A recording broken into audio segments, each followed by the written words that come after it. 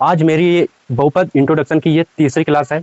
मैंने पहली और दूसरी क्लास यूट्यूब पे डाल दी है। अगर आपने वो अभी तक नहीं देखी तो पहले आप उसको देख लीजिए, तभी ये वीडियो देखिएगा, तभी आपकी अच्छे से समझ में आएगा। तो हम लोगों ने बहुपद और उसके कितने प्रकार होते हैं वो समझ चुके थे।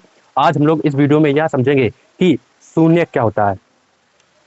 तो आज जो हम लोग समझेंगे वो समझेंगे शून्यक। ठीक है, तो इससे पहले हम एक आपको बहुपद लेते हैं, थोड़ा एग्जाम्पल समझाएंगे तो आपको ज़्यादा अच्छे से समझ में आएगा। X square -3x-4। ठीक है, तो ये हमें जो है एक बहुपद दिया है। ये कैसा बहुपद है? ये द्विघात बहुपद है। ये द्विघात बहुपद क्यों है? क्योंकि इसमें जो चर की सबसे ज्यादा घात है वो 2 है। ठीक है, इसलिए द्विघात बहुपद है। तो इसका हम लोग इसको मान लेते हैं कि इसको लिखेंगे पी एक्स। ठीक है, इसको नाम रख देंगे, क्या रख देंगे? P x square -3x-4। ठीक है, यहाँ पे x है, क्या है? x है, अचर जो है x है, इसलिए हमने पी एक्स लिया है।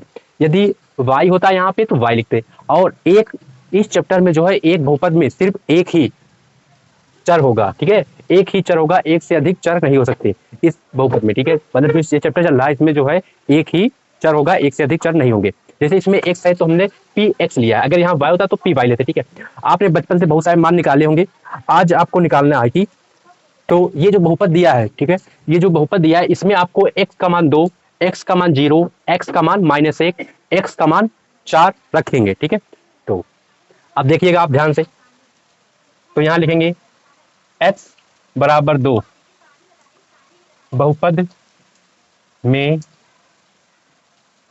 रखने पर, जो x बराबर 2 है इसको जो है बहुपद में हम मान रखेंगे। ठीक है, तो p x मतलब x की जगह पे 2 रखना है, जहां पे x है वहां पे हमें 2 को रखना है। जैसे फिर उसके बाद बराबर तो बराबर लगा देंगे, फिर x स्क्वायर यानी कि 2 का स्क्वायर, फिर माइनस तो -3 और 3 और x के बीच निशान काहे का है?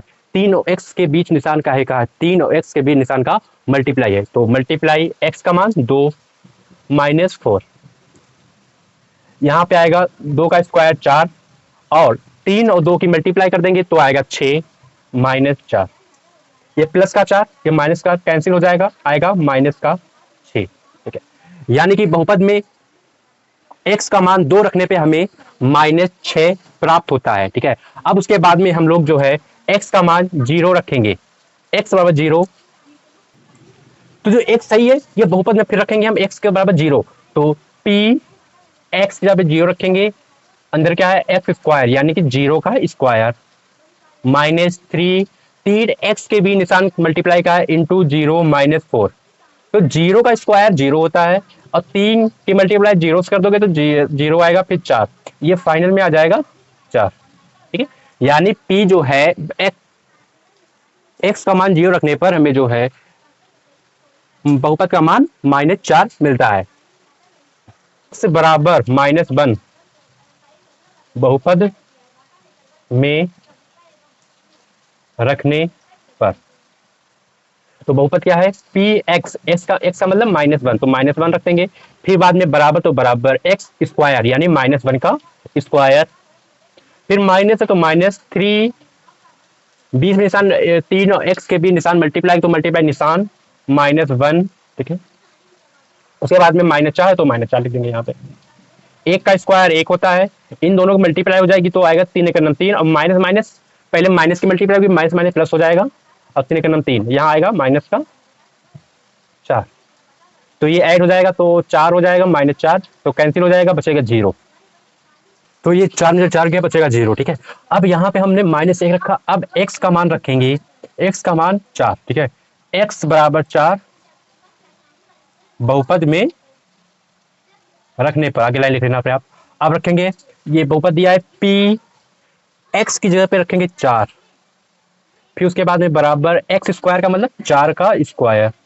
ठीक है, -3, 3 x के बीच में मल्टीप्लाई निशान है, x का मान रखेंगे 4 -4, तो यहाँ पे आएगा 16 -12 -4। ठीक है, तो 16 ये दोनों ऐड हो जाएंगे तो माइनस माइनस प्लस होता है, तो जोड़ देंगे और चिन्ह आएगा माइनस का, जोड़ने पे आएगा 16, 16 में से 16 गए, बचेगा 0। ठीक है, तो आपको ये तो समझ में आ गया होगा, लेकिन आपको यहाँ पे समझना क्या, ये समझो, देखो हमने क्या शून्यक, तो शून्यक जो है x का वह मान, यानी कि किसी बहुपद में चर का वह मान अगर रखने पर जीरो प्राप्त हो जाए, जैसे हमने यहाँ पे हमें जीरो मिला है, तो उसी को हम लोग शून्य कहते हैं, ठीक है। यानी कि जो हमने जब x बराबर -1 और x बराबर 4 रखा, तो हमें जो मान मिला, बहुपद का जब मान मिला, वो हमें मिला जीरो। क्या मिला? जीरो। तो हम ये बोल सकते हैं कि इस बहुपद के जो शून्यक है वो -1 और 4 है, ठीक है। और 2 और 0 है, 2 और 0 बहुपद के शून्यक नहीं है। क्यों नहीं है? क्योंकि जब हम x का मान 2 और x का मान 0 रखते हैं, तो हमें x का मान 2 पे -6 मिलता है बहुपद का मान, और x 0 पे रखने पर -4 मिलता है, और हमें मिलना क्या चाहिए? 0। अगर यहाँ पे 0 आंसर आ जाता तो हम ये कह सकते थे कि ये दोनों भी बहुपद के शून्यक है। तो यहाँ पे हमें एक लाइन लिखनी है, वो लाइन क्या लिखना है, ध्यान से देखिएगा। तो आपको नीचे की लाइन लिखनी है, वो लाइन लिखनी है कि -1 और 4 बहुपद के बहुपद, कौन सा बहुपद? ये वाला बहुपद, बहुपद x² -3x -4 के शून्यक है। क्यों है? वे भी लिख दो, है क्योंकि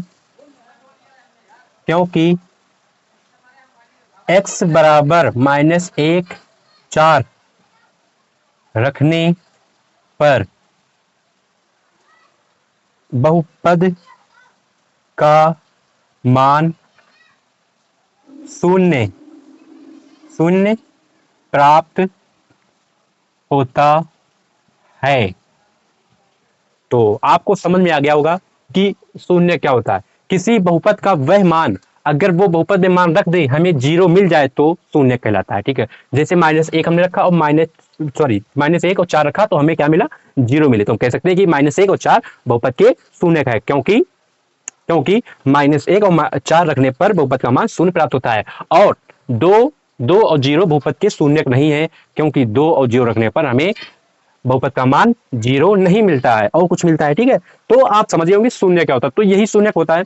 तो ये हमने 4 एग्जाम्पल, ये पेपर में नहीं पूछता है, ये एग्जाम्पल हमने आपको समझाने के लिए लिखे हैं कि शून्यक होता क्या। तो आप समझ होंगे शून्य क्या, किसी बहुपद का वह मान x, मतलब कि चर का वह मान अगर रख दे तो हमें 0 मिल जाए, तो बहुपद का शून्य कहलाता, वरना शून्यक नहीं होगा। तो आप समझ गए होंगे। अब हम लोग सिखाएंगे कि शून्यक कैसे निकालेंगे अगर आपके सामने बहुपद आ जाए, क्योंकि पेपर में जो है आपको बहुपद देता है, बहुपद देगा और कहेगा कि शून्य ज्ञात कीजिए। तो आज हम लोग शून्यक निकालना सीखेंगे।